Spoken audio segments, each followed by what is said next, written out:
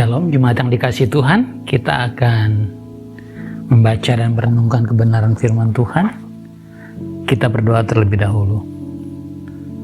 Bapa di surga, kiranya Roh Kudus dapat menolong kami untuk memahami apa yang kami baca dan renungkan, bahkan memampukan kami untuk menjadi pelaku kebenaran firman Tuhan yang kami baca dan renungkan. Dalam nama Yesus Kristus kami mohonkan ini. Amin.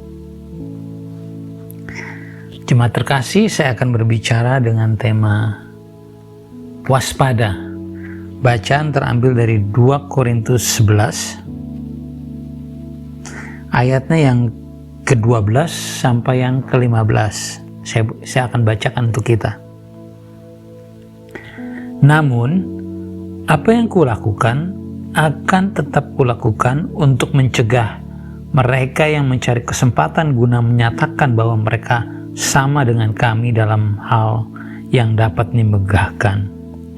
Sebab orang-orang itu adalah rasul-rasul palsu, pekerja-pekerja curang yang menyamar sebagai rasul-rasul Kristus.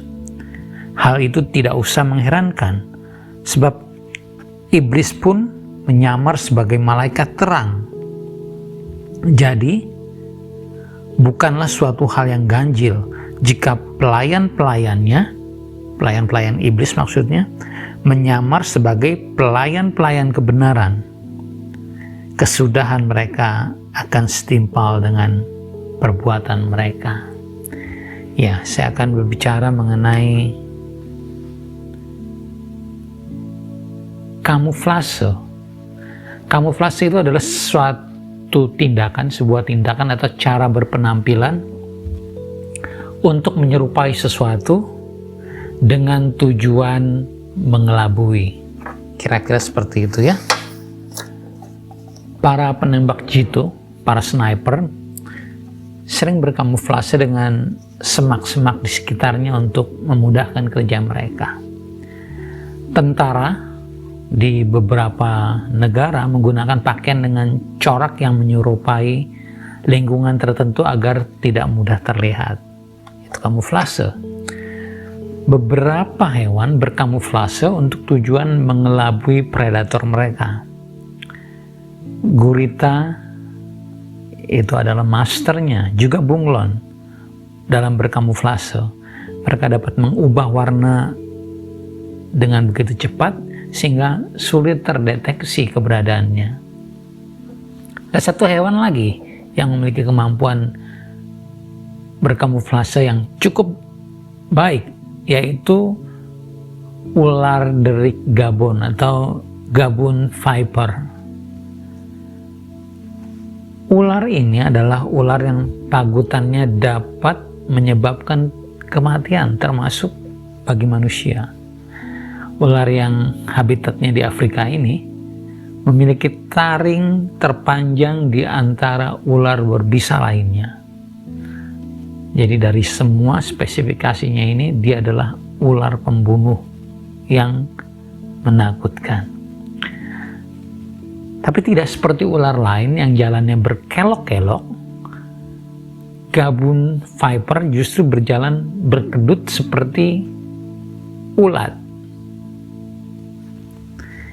Hewan yang memakan ulat dengan segera akan terjebak dengan kamuflase ini. Ketika mereka mencoba memangsa apa yang tampak seperti ulat, beberapa hewan justru menjadi mangsa dari ular maut itu. Dalam suratnya yang Rasul Paulus yang kita baca tadi, Rasul Paulus mengingatkan jemaat di Korintus tentang beberapa orang yang melayani mereka dengan penampilan seperti Rasul Kristus. Saya ulangi, berpenampilan seperti Rasul Kristus. Namun sebenarnya mereka adalah kaki tangan iblis yang dapat menyeret jemaat menjauh dari Kristus dan mendekat kepada maut.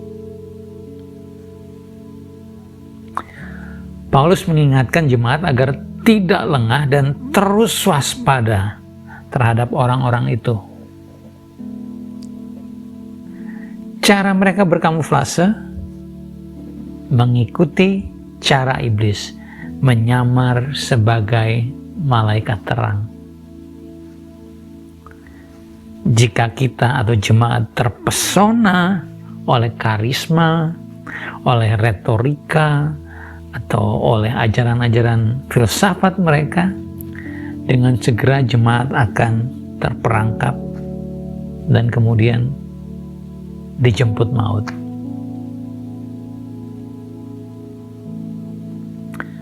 Lalu bagaimana cara menghindari mereka?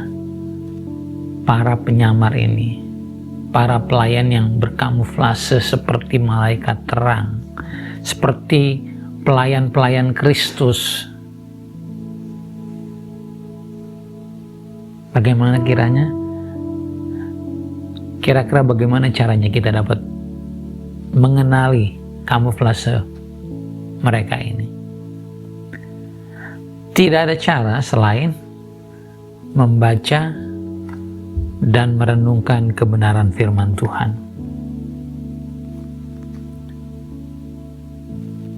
Dengan merenungkan firman Tuhan dan membangun relasi yang erat dengan Roh Kudus, itu cara terbaik kita untuk mengenali setiap ajaran yang tampaknya benar, tampaknya lurus, tetapi ternyata menyesatkan. Kita dapat mengenali orang-orang yang kelihatannya kudus, yang kelihatannya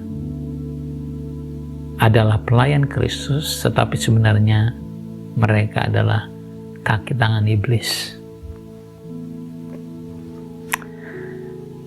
Membaca firman Tuhan dan membangun relasi yang erat dengan Roh Kudus, itu adalah cara terbaik kita untuk menghindari orang-orang seperti itu. Dan melaluinya, jemaat akan diingatkan melalui kebenaran firman Tuhan. Kita akan ditegur, kita akan diajar, kita akan diarahkan.